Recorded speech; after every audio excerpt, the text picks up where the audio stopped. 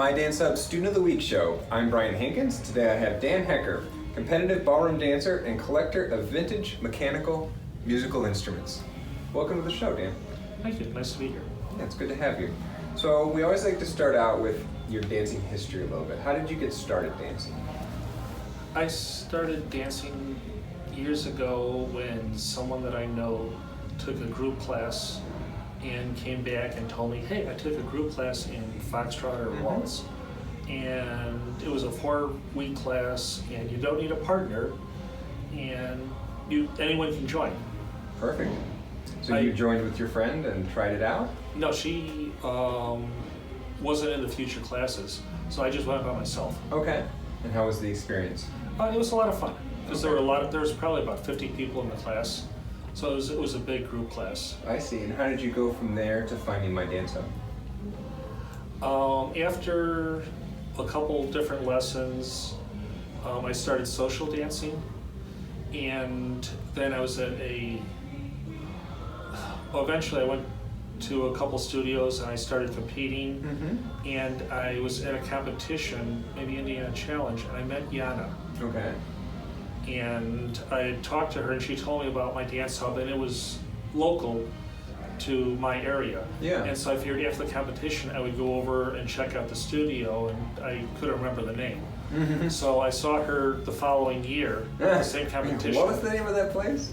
And she said, in like another week we're having a social dance. So I paid more attention. I figured I should at least come out to the place right away while I still remembered everything. Yeah. To more cemented in my memory as to where it was. Yeah. So that's how I came here the first time. So you came out, and then did you start immediately with Yana, or you were dancing with different pros, or how did you get plugged in, I guess? Oh, I was dancing with other pros at the time, and I did some social dancing. Okay. And then... So did you come with a competitive focus, or did you come to just let me try this out, and so you did a little bit of everything? It was more of a competitive focus because at the time we had a teacher named Helena who was here from Estonia. Yeah.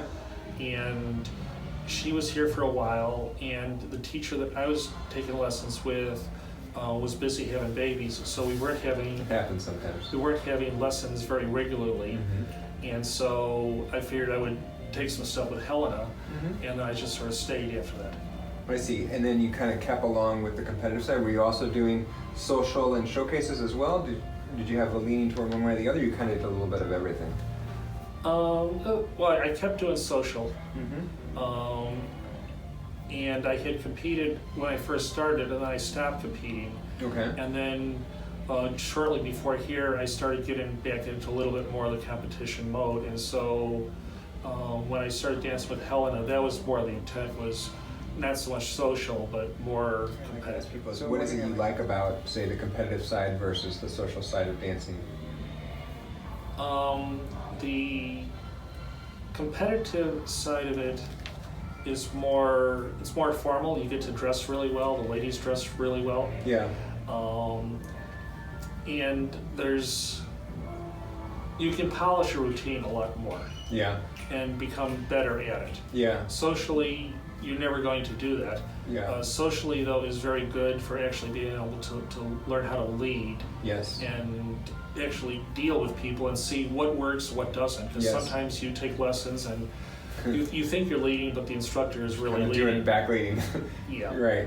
Yeah, we talked about that a little bit with Rob, but it's like the social dancing becomes this like test of how good is your lead becoming, because it's just random person. It's you against the world. Yeah. So there's definitely a positive to that. But like you say, when you're dancing with a pro, you can do some amazing stuff that you can't do in a social setting. Right. Social setting generally has to be more basic. Yeah. Because some people, they're very good dancers, but they're very good dancers with a teacher. Yes. And you can't just spring a bunch of stuff on them at 60 measures a minute. Right. That's just, it's not fair. Yeah. So you're one of the few people I know that dance standard. I guess one question is, why do you think that is, that less people, more competitors don't do it, and what is it you like about it too? Okay, well, I think more people don't do it because you don't teach as much. If you did group classes in standard, then more people would do it. Yeah. Because they don't know so the difference. it's a bit of a chicken egg problem. That's part of it. Yeah. Also, it might be a little bit harder to social dance standard Okay. than American style smooth. Yeah. Because in smooth, you tend to open up more. Yeah. And it's easier because then sometimes you're two people doing your own thing, but you're holding hands. Yes. Yeah. And in standard, you have to maybe dance more as one person. Yeah. And it's harder to do that with someone who maybe a beginner or starting out, or Yeah. who doesn't know the different patterns. Yeah. So for the social end of it, you less almost applicable. have to do smooth. I also feel like, is there a geographic component? So it seems to me that there is a lot more Latin and standard happening on the coast, the East Coast especially, and the Midwest seems to be more like American smooth, American rhythm. I don't know. It probably is, just like in Europe. Or in Europe, yeah. It's all standard. It's all standard, yeah. Or Latin. Yeah. But there is no American Right. smooth in, That's in true. Europe. Yeah. So if you were to look at the ballroom dancing on a worldwide view, you'd be seeing a lot more standard. You see a lot more Yeah. standard, except in the United States, you don't see that much of it. I think. What is it that you feel like you get out of dancing? So obviously you put a lot of time and energy into it. What is it that you get out of it? It's a good social interaction. Mm-hmm. It's good exercise, but it's also good coordination and balance. Yeah. And if you enjoy the music that you're dancing to, then it becomes a lot more pleasurable. Yeah. It becomes fun. It Yeah. can become fun. Yes, and that's maybe why I would dance smooth or standard versus the Latin or rhythm, because I just Yeah. happen to enjoy that rhythm or that music more. Yeah, there is something to, like, if you enjoy, there's certain music that goes with certain dances, and if you enjoy that kind of music, it kind of makes you lean toward those dances. Yes. It makes total sense. Do your friends and family know that you dance, and what do they think? They do know that I dance. They think it's really cool. They don't think it's cool enough to come and watch me.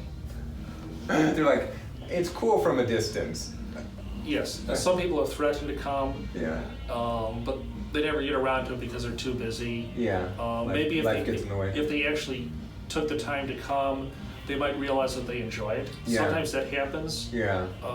but Well- sometimes they're just too busy and they don't realize that they would enjoy it. I know that you once put on a ballroom social event during the holidays. What was that experience like? Or helped put one on? Yeah, that was a lot of fun. What it was is there was a church group that wanted to host a Viennese ball. Fun. And so they put one on like the first year, but none of them were dancers. Mm-hmm. And so none of them really had a real good grasp of what it took.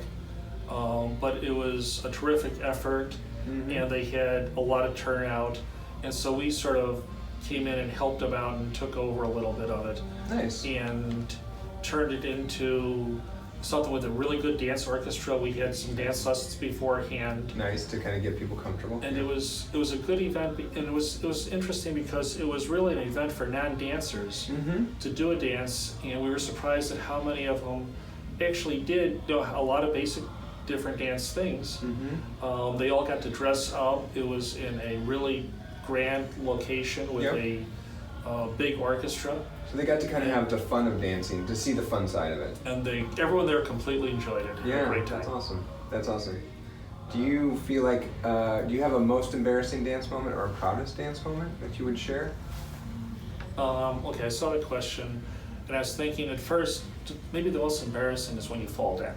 Right. But after you fall down a couple times, it's like, that's not really embarrassing. Yeah. I think what's most embarrassing is if you are dancing around. Sometimes you bump into people on a crowded floor. Yes. It's the most embarrassing if you bump into the same person multiple times during the same dance. You keep Not- running into each other. You Not can't just get during the away. same night, but during the Yes. same dance. Yes. That's the most embarrassing. Yeah, I think you're right, because I always thought falling, that's got to be the worst thing in the world, right? Like, and then it like happens, and you're like, you just keep going, and no one cares. It's not a big deal, and it is funny how that works. Or I've seen someone fall during a competition. I'm thinking, oh, it's so terrible. She's got up and kept going and did great, and like ended up placing fine. And like The people that fall in competitions are way better than I'm ever going to be. I'm so jealous of them. But it's just so funny because it's one of those where you think that must be the worst thing in the world, but then you see, yeah, it's not a big deal. Yes. Yeah. Was the proudest moment. I think if you're practicing and learning a show dance, Mm-hmm. and you pull it off, then you can be kind of proud of what you've done with the show dance. Yeah.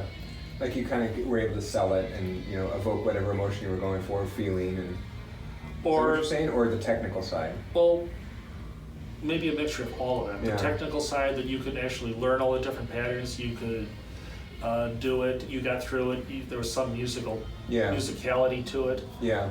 you survived. Yeah, I think that is, those feelings of accomplishment are really nice when you hit them, whether it's in a competition or in a social, you lead someone through something, or you do a showcase the way you want to do it. It's like you feel like, well, okay, I've made progress, I'm accomplishing something. Yes. So I always like to ask some questions that are unrelated to dance, so anyone listening can learn something else about you that they might not know. What other hobbies are you passionate about besides dancing? I know we did the teaser in the beginning with the mechanical musical instruments, so maybe Yes. tell us about that a little bit. Okay, so I just like to collect and restore mechanical musical instruments, and then kind So of for the audience, to define describe what they are. what is it? Yeah. Yeah. It could be a bunch of things, but basically it's something that plays music by itself. So that could include a music box, Okay. a phonograph, a jukebox, a piano, a carousel organ, Okay. a fairground organ, Yeah. anything like that that might be maybe paper roll operated, Mhm. or even computer operated, or cardboard books, or like a mechanical cylinder. So how did you get into this, or what appeals to you about it? I just always wanted to mess with a couple of these things, and you can't mess with someone else's stuff. You have to You buy have to one buy it. of one of your own to do Yeah. that. And so I did that, and I couldn't afford the good ones, so I bought one that didn't work, and then And fix it up. and I had to fix it and rebuild it, and then that was started with a phonograph, little Edison cylinder model, and then after that, you know, you get a few more, and then you start doing cylinder music boxes with the little pins, Nice. and those go back to the 1830s, Crazy. 1820s. Yeah, it's awesome. And then after that, you just start expanding, because maybe if you start collecting stuff, maybe you want a representative collection where you might have some pianos. Yeah. And a lot of the pianos, people are familiar with a player piano that you would pump. Right. But that's just, it has a roll, plays one song, and you would pump it because a lot of houses didn't have electricity until the 1930s. Yeah. However, businesses had electricity after 1906, so a lot of the pianos made for businesses, they would have electric motors, you drop a coin in, they would have stained glass fronts that would light up, they would have pipes, ranks of pipes in there, or Yeah. xylophones or bells, and percussion and drums. So they became Like a lot full on, yeah. more of a full orchestra. Wow, that's really cool. It sounds like it's its own whole world. It is. If I ever do it again, it's postage stamps and butterflies, because you can put them in a box and slide it under the bed. Smart. Go a different route with this whole thing. It's smart. Kind of related to this is, obviously, if you're tinkering with these instruments, it sounds like you have an engineering background, and you're an engineer by trade too, right? Yes. Okay. So why do you think it is that so many engineers end up doing dancing? I feel like when I look at the studio, there's a lot of engineers. I think Students, not pros so much, but yeah, students. I think at this studio there's a higher number of engineers. Overall, I'm not sure. Okay. But I think maybe what makes it easier for an engineer is there's rules, Mm-hmm. and so it's not a freestyle dance where you just get Yeah. out there and wobble around or shake. Yes. But there's clearly defined rules. I think you're right. There's something about rules and precision that appeal to the engineer mind. And most of us engineers have no social skill set at all. And so replacing that social skill set that's missing with a set of rules, It's saying, helpful. this is how you dance. Just go by this book here and do this, and you will be okay. And I think that makes it subtly acceptable for us. It's so funny. You're right, though. I mean, I there are definite points in my lesson where she'll teach me something, and I'll be like, well, is this the rule? Is this how I always do it? And then she'll be like, well, the rule is kind of you do it this way for this one and this way for this one. And there's generally applicable rules, but I'm always looking for that. What's the rule? Like, you know? It's so funny you mentioned that. I think there's some truth to that. The engineers, they like the rules. They want to know what the steps are and how to follow it. So that makes a lot of sense. How do you think, or do you have an example of a failure or apparent failure at the time that later set you up for success? And this can be dancing or life in general. I think I want to quote Admiral Rickover here. Okay. Success teaches you nothing. Failure teaches you everything. It's true. That's a good one. And so, whenever, like if you're dancing, if you look at the videos of how you're dancing, and you look at it and you say, hey, that's not how I want to look. Yes. I don't look like the big kids out there. And so maybe that'll teach you to start to change. Yeah. Or if you are taking lessons and you're doing a routine and then you try to socially lead it. It doesn't work. Boy, that's an experience. It is an experience. You learn quickly that doesn't always work. Yeah, it doesn't always work. It often And doesn't. so social dancing for that respect is really good because you get to actually understand what works and what doesn't and Pretty immediate feedback. how to officially lead a person. Yeah. And you start to develop a better ability by doing that. Yeah. No, I think that's I like the quote too. That's good. Okay. What book or movie has had the most influence on you? Do you have a specific? And if not, I have a second part of that question. You do, and I have an answer for the second part too. But I'll give you the second part, so you can take either part. Well, I'll go with both. Okay. So I don't read a lot of novels. I tend to read more technical manuals. That's the engineering That is the thing. engineer side. Yeah. So if I have to pick one, there's a great book called On the Bottom. It's the salvage operations for the submarine S-51, which sank in the 1920s. Sounds fascinating. And it was just a huge amount of work to bring that thing back up And again. it was the process of how they salvaged it. Yes, with the deep sea diving and Yeah. all of the tools that they built and stuff like Yeah. that. And there was a lot of failures that they learned from Okay. and things that surprised them along the way. Oh, that sounds interesting. I actually have a book recommendation for you based on that. It's called Shadow Divers, and it's the story of a team that found an old World War II submarine that no one knew was there off the coast of New Jersey, I think it was. Okay. And they were recreational divers. Some of them did it for their jobs. And it was at this super deep location, and it's about their story of trying to get to this, find out what it is, where it's from, what country it was even from, because no one knew, it wasn't on any records, and it was so deep that it was very, very difficult to get to, and it's a fascinating story. A lot of that stuff is kind of fun with salvage operations. Yeah. I enjoy that. Yeah, you would totally love this book. If you could put a message on a billboard for the world to see, what would it be? Something you want to spread to the world. Eat at Joe's. Eat at Joe's? Yeah. Okay, that's a good tip. Anything else you'd want to cover before I wrap us up? Sure. You just mentioned in your notes there the difference between showcase and competition and social. Yeah. And I think each one of them has its own place. Social is really important because you start to interface with all kinds of different people and you learn how to lead them, but they're all different in how they receive your lead. Yeah. Every person is different. Okay. And so as a guy, if you're starting out, that's the most important thing that you can actually really start to do is to social dance and learn how. Yes. Get an understanding for it. The competition stuff, that's interesting. Competitions for me are actually kind of relaxing because there's a bunch of other people on the floor.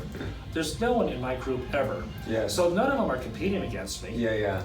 And I don't have to worry about it because no one's looking at me because there's everyone else out there. Yes. And one of the things that I learned early on with the competition is even if there's 100 other people on the floor, you're not really competing against them. You're competing against yourself. Yeah, it's true. And once you can overcome that, then it doesn't matter where you rank. So where were you to tell me that at my first competition when I competed against Rob and he beat me, and to this day, it still angers me. No, I'm kidding. But that was, I think, my big lesson is that you are just kind of competing against yourself. And it really doesn't matter what anyone else does on the floor, you just sort of have to perform to your best. Yeah, and that's all you can do. Yeah. And then the showcase end of the world, that's an interesting one because now you can do all kinds of stuff that you're not allowed to do in the competition. Yeah. And so it's fun because you can put together a really, really great routine and you can practice and you can have a lot of fun with it. You can pick your own music. The downside is you're the only one on the floor. I know. It is funny to me that some people feel like competitions are way more stressful, and some people feel like showcases are more stressful. And it does a little bit in balance between lots of people on the floor versus just you, and also showcases tend to be your more friends and family, where competitions tend to be random strangers, and it's like, well, which thing embarrasses you more, you know, or puts more pressure on you? Right. I think the showcase puts more pressure on me because I'm the only one there. Yeah. But now the advantage of dancing standard, because you asked about standard. Yeah. Almost no one goes on a standard day to watch people. And by the time the competitions are done and they have the showcases, you're reaching about 5 o'clock. Yeah. So everyone has left the room except you, a couple judges, and the hotel staff that's getting ready for the evening show. So they're the only ones watching. So they're the only ones there. So it makes it a lot easier. Yeah, it makes it so easy. You're like, it's just me and a couple waiters here. I'm good. That's so funny. That's a good reason to dance standard. Yes. You got it all figured out. Is. Yeah, I love it. All right, is there anything else you want to cover before I wrap this up? No, I think that's good. Everything? If you're happy, I'm happy. I'm happy. So I'll wrap this up and take us out. This has been another episode of the My Dance Up Student of the Week. Until next time, do what you love and keep dancing.